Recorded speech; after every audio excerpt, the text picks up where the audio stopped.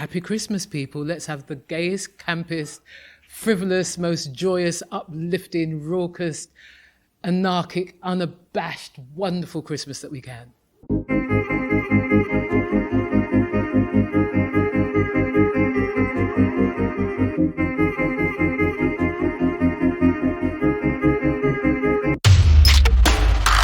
Well, hello there, folks. What's on Stage is back at the National Theatre today as we sit down with some of the cast members of Max Webster's revival of Oscar Wilde's The Importance of Being Earnest. Ladies and gentlemen, I give you Wilde's Women. We are having so much fun on that stage. It's a lot of joy. To be doing this play now, the way that we're doing it, through the lens that we're doing it, which is not having to feel that we have to be subversive about the text, but that we can actually celebrate what Oscar couldn't celebrate. Do you know what I mean? And we are doing that to the nth degree. Our show is as camp as Christmas. It's very colourful, it's very big, but it's still got all the heart and the story that Oscar wanted to tell. I mean, The Importance of Being Earnest is one of the most famous plays in the world, in history, and it's a play that was born in a time where being gay or being queer was not accepted, and in order for Oscar Wilde to talk about those things at the time, he had to weave them into this play in a kind of coded way. And in this version, we're kind of decoding the play, and the queer themes are much more, I think, is like the most prominent part about our version of the play. I think there's more than a whiff, my darling. There's more than a whiff of sexual fluidity in our production, my love. More than a whiff. And I think that's the joy of it. And also that, normally lesbians get left out of all of that kind of thing. And so for there to be a whiff brings me a lot of joy. I think for Gwendolen, she's attracted to Cecily because of how dexterously smart she is. And she always has an answer that is actually smarter than her answer. And Gwendolen thinks she's the smartest person on the planet. For me playing the character, I can never judge her. I think she is the smartest person on the planet. But from an outside point of view.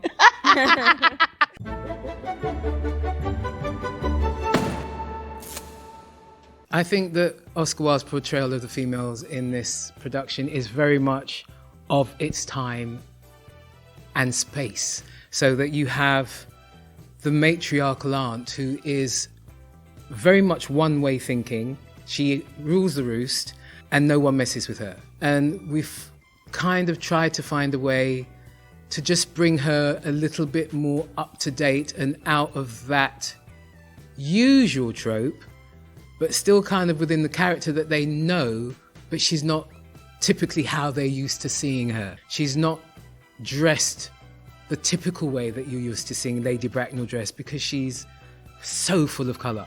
My Lady Bracknell is from the Caribbean and has brought that Caribbean flavour with her to this society and wears that with utmost pride on her sleeves. This was never on my bucket list. This role caught me completely by surprise, as quite a few of my roles have done, actually. When you see a role like Lady Bracknell or like Linda Lohman from Death of a Salesman, for me, as a black actor, they're very much in the white canon of theatre. So they're not ever stories that I would have seen myself playing.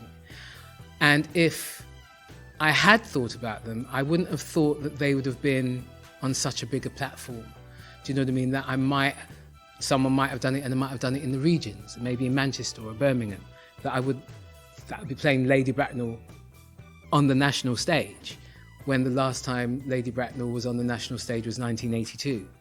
That's a biggie.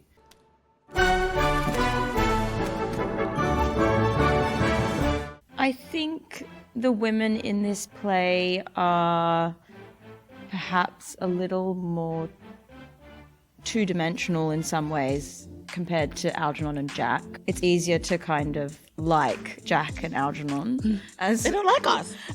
I know, crazy. So I feel like the women in this play are more farcical than Algernon and Jack in a lot of ways. And But also at the same time, they're super interesting and they're completely in control. In order for us as artists to really communicate and meet our characters and not judge them by going, oh, Gwendolen's just superficial and she cares about, if it was equivalent of this day and age, she cares about how many likes she gets on a picture and how many followers she has on Instagram.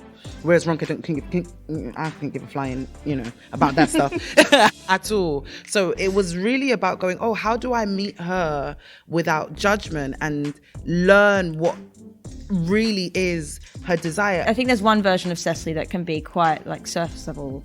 She's a fantasist and she can be seen as a bit like airheaded or completely delusional. But I mean, she is totally like delusional in some ways. But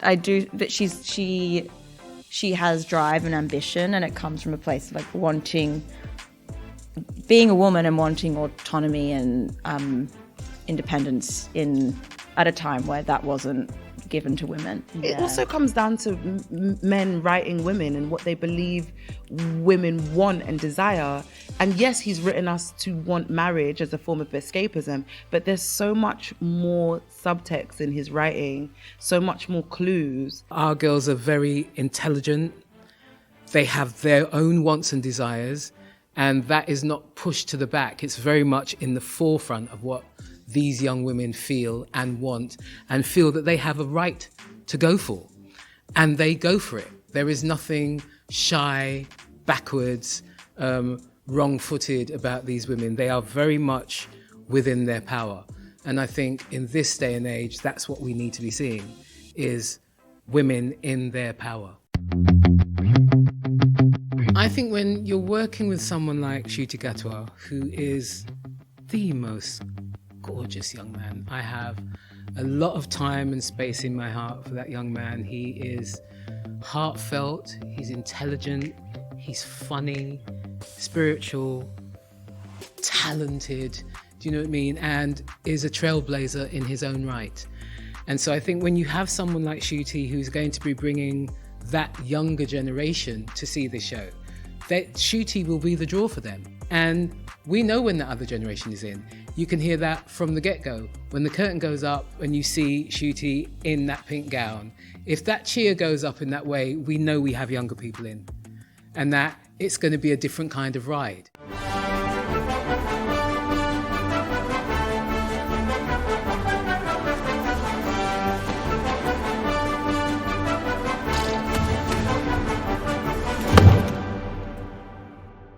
I hope that the joy that we are having in telling the story is translating to the audience, and that they can tell that we're not just coming in and saying the lines, but we are having so much fun doing it. I hope for the rest of our run we continue to offer our audiences joy. I hope that we offer them opportunities of reflection, seeing themselves on stage. Yeah.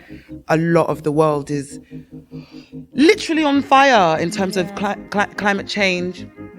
Drowning, climate change, consumerism, capitalism, making too much stuff, all of the scary and bad things, babe, no. But we're pure joy.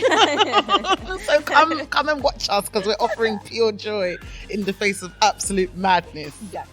The Importance of Being Earnest continues its run at the National's Littleton Theatre until the 25th of January 2025. As always, you can leave your thoughts about the show in the comments section down below. But please, for the love of, well, a handbag, keep it kind.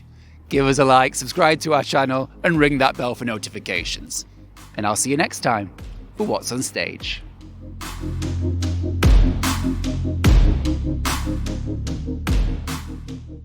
So we've got to play those games. We listen and we don't judge. How do you like my hat? Never judging. I love your hat. Is it got wiring in it? Oh, So wow. you can shape it. You Now can make you it look can like a cowboy hat. quite moody. Yeah. Cover one eye, sexy. Ronkẹ doesn't like making eye contact. Don't look at me. We're just gonna do this. Don't talk to me. Don't look at me. And this is how I'm going to do the whole She's interview. like Sia. I love Sia, to be honest. Sia too. Hopefully you've had your wine and your crisps and that, and you're here to just throw your head back and really laugh. Pardon my language. Sorry, Tom. All good. I'll be ready with the beep button. I promise you I won't turn this. You gave us this microphone. Can't wait for this edit. It's Anyway. Don't you look great? and thank you everybody for listening. Thanks, What's on Come see the Stage. play. We love you. Come see our play. Mwah.